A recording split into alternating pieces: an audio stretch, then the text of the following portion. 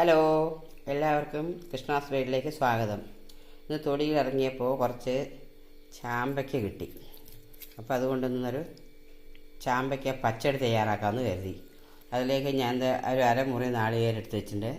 പിന്നെ 2 പച്ചമുളക്, ഒരു 2 ടേബിൾ സ്പൂൺ തൈര്, 1/2 ടീസ്പൂൺ കടുക്, പിന്നെ താളിപ്പിന് വേണ്ടിയിട്ടാണ് ഈ ഉലുവ, 2 വറ്റൽമുളക്, കടുക്, പിന്നെ കറിവേപ്പില, പിന്നെ വെളിച്ചെണ്ണയിലാണ് ചെയ്യേണ്ടത്.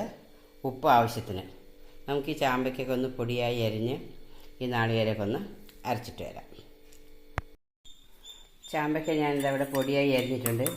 അരപ്പും റെഡിയാക്കിയിട്ടുണ്ട്. നാളികേരം, പച്ചമുളക്, കടുക്, അതിൻ്റെ കൂടെ ആ തൈരും കൂടി ചേർത്തിട്ടാണ് ഞാൻ അരച്ചെടുത്തിരിക്കുന്നത്. ഇനി ഇതിലേക്ക് ഒഴിച്ചു കൊടുക്കാം. നല്ലപോലെ മിക്സ് ചെയ്യാം. ഇത് ചൂടാക്കേണ്ട ആവശ്യമൊന്നുമില്ല. അതുകൊണ്ട് തന്നെ ഇതിൻ്റെ പോഷക ഗുണങ്ങളൊന്നും നഷ്ടപ്പെടുന്നതുമില്ല.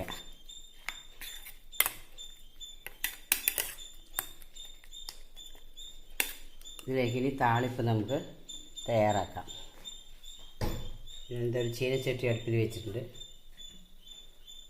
അതിലേക്ക് 1 ടീസ്പൂൺ വെളിച്ചെണ്ണ ഒഴിച്ചു കൊടുക്കാം. ചീനച്ചട്ടി ചൂടായിട്ടുണ്ട്. എടുത്തു വെച്ച കടുക്, ഉലുവ, വറ്റൽമുളക് അതിലേക്ക് ചേർത്ത് കൊടുക്കാം.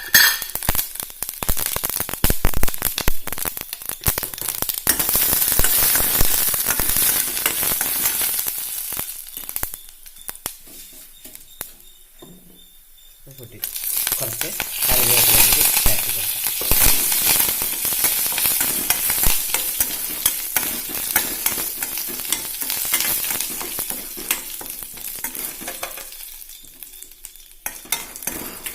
ഇനി നമുക്ക് ഗ്യാസ് ഓഫാക്കാം. ഈ താളിപ്പ് ഈ കറിയിലേക്ക് ഒഴിച്ചു കൊടുക്കാം.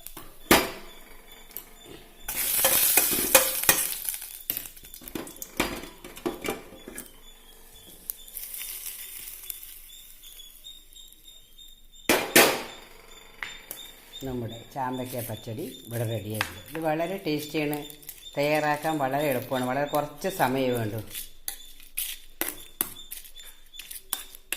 ഇഷ്ടപ്പെട്ട് കാണുമെന്ന് കരുതുന്നു. എല്ലാവരും ട്രൈ ചെയ്ത് നോക്കണേ. Thank you for watching.